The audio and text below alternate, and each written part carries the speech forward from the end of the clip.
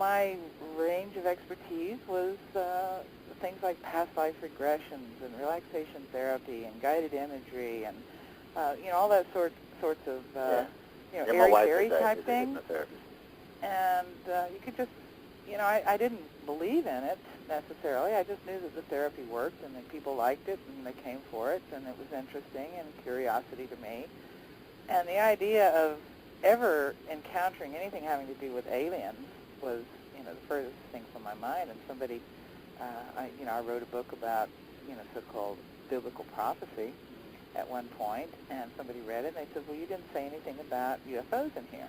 And I said, well, sure I did. There's a sentence in there, talking, contemptuously about the alien rapture theory, which is what I called it. And that was the extent of what I said, one sentence. And the person was appalled, and it was really strange because not too long after this was when, and this is where the high strangeness factor comes in. No sooner do you have the conversation, then things start happening. And that was not too long after that I saw the UFO with my children, and that's when I started trying to find out what the heck was that I saw, because what I saw, just simply, there was no explanation for it in normal aeronautical terms, just none.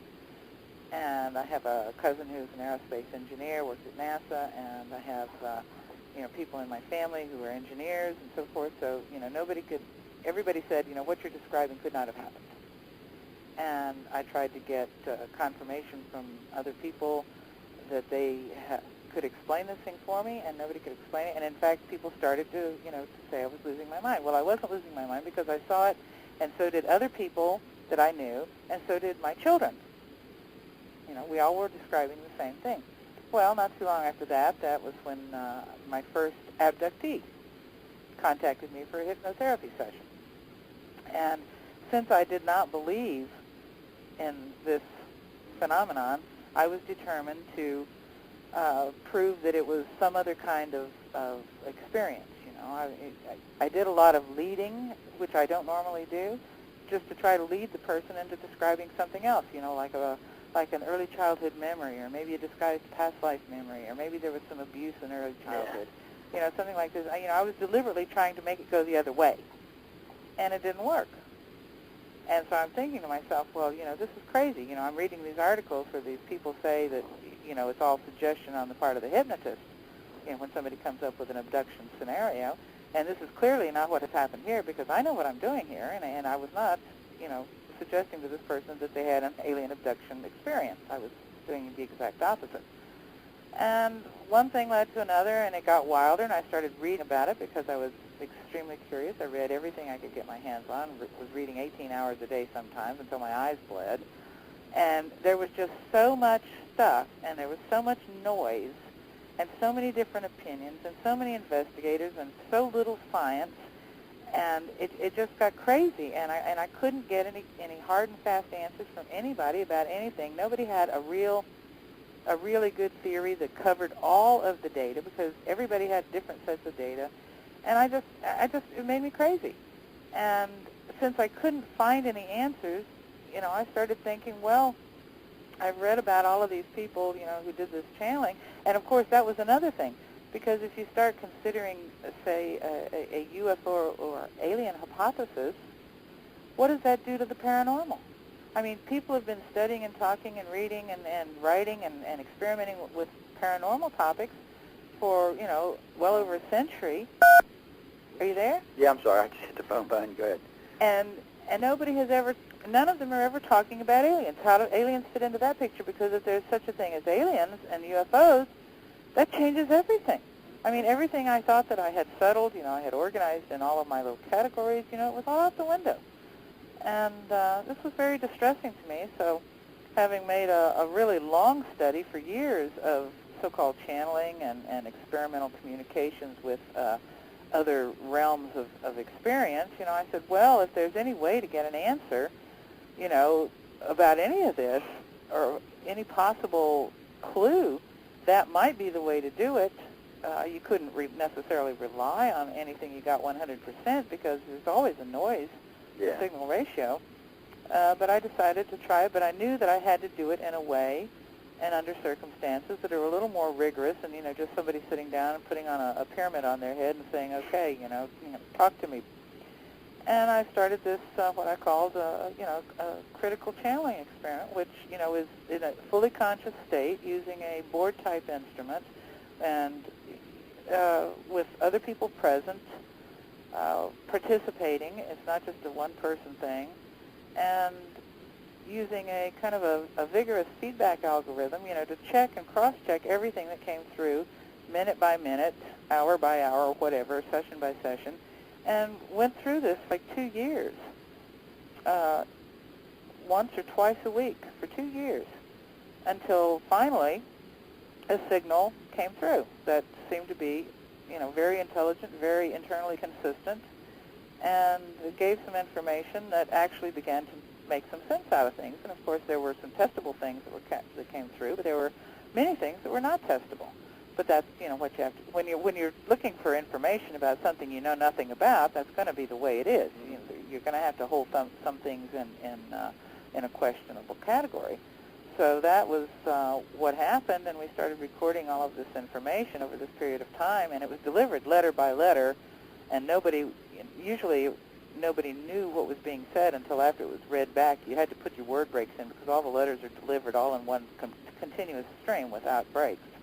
So you have to go in and you have to make the word breaks yourself and, figure out what's being said. So that was, and the source identified itself and said, we are you in the future. This is not an extraterrestrial source. I mean, forget it. It's we are you in the future. So basically I'm talking to myself in the future. In a sense, if there is no time, and if I am in contact with some part of my mind that's in another dimension where there is no time, it makes perfect sense. You make contact with your own self, your own brain, that can look back on the past and give you answers of what it knows because it experienced it as time flowed by, which makes sense, right? Yeah. So that was basically what happened, and it gave, and my main concern was to ask questions about this so-called alien reality. So I asked quite a series of questions about that. But then I got, once I had a certain number of questions along that line answered, I thought, well, wait a minute, what have I got here? I've got something, I've got this source that's answering these questions. Now, there are all these other questions that I have about history and about conspiracies and about who did what, when, where, how, and why, and what does this mean, and how does that work? So why don't I just ask all the questions that I've always had, that I always wondered, what the answer was, and never had an answer, and nobody else knows either, so let me just get them all in here while I'm at it. So that's what I did. You might as well ask. Hey, never hurts to ask. I tell people all the time, I ask all kind of questions because it never hurts to ask. I mean, it was like having a new toy.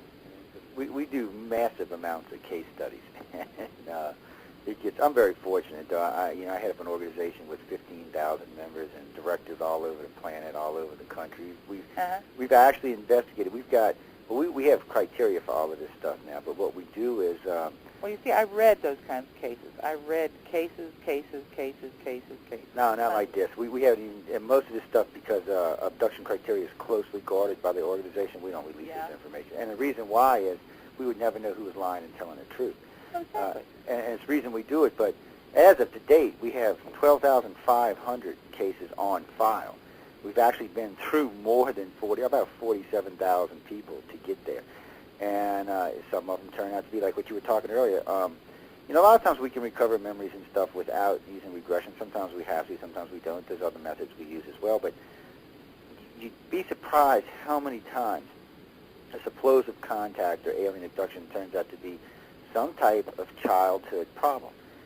Anywhere from being abused sexually or being abused physically to several other things. I have no idea why they turn this in to an alien abduction or an alien contact or an alien visitation, but they do.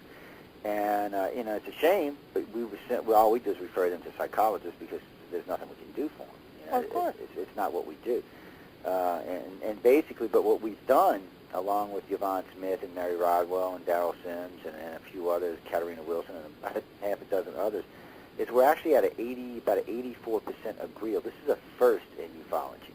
On all the data that we've all gathered together, which is a lot, we're on about an 84% agreeal, which has never happened in this field before. Uh-huh. And it's major news. It's all over the place because you just don't see that many ufologists ever agreeing on data. But the problem is, in this type of research, if it's truly what it is, then it can only go certain ways. If it's something else, then it's something else, and it won't fall into those categories. And what makes this real sticky, and we tell this to people all the time, people here speak, they assume that we're saying that the 3 or 4 or 5 types of aliens we investigate is the only thing visiting the planet. And I tell them, I said, this is what we do. This does not limit anything else that may be going on the planet or anything else, contacts coming from other dimensions or across other places. I said, those are separate from what we do. And there's other people like yourself, there's other people investigating those things. And we have to investigate everything because there's no way, if you don't, there's no way of ever knowing what's true and what's not. And that's one of the biggest problems in this field is... My range of expertise was things like past life regressions and relaxation therapy and guided imagery and, all that sorts of, airy-fairy type things. And you could just, I didn't believe in it necessarily. I just knew that the therapy worked and that people liked it and they came for it and it was interesting and curiosity to me. And the idea could explain this thing for me and nobody could explain it. And in fact, people started to, to say I was losing my mind. Well, I wasn't losing my mind because I saw it and so did other people that I knew and so did my children. We all were describing the same thing. Well, not too long after that, that was when my first abductee contacted me for a hypnotherapy session. And since I did not believe in this, that was the extent of what I said, one sentence. And the person was appalled, and it was really strange because not too long after this was when, and this is where the high strangeness factor comes in. No sooner do you have the conversation, then things start happening. And that was not too long after that I saw the UFO with my children, and that's when I started trying to find out what the heck was that I saw. The idea of ever encountering anything having to do with aliens was, the furthest thing from my mind. And somebody, I wrote a book about, so-called biblical prophecy at one point, and somebody read it, and they said, well, you didn't say anything about UFOs in here.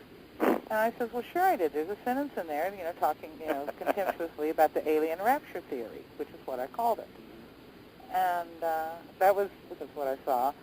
Just simply, there was no explanation for it in normal aeronautical terms, just none. And I have a cousin who's an aerospace engineer, works at NASA, and I have, people in my family who are engineers and so forth. So, everybody said, what you're describing could not have happened. And I tried to get confirmation from other people that they had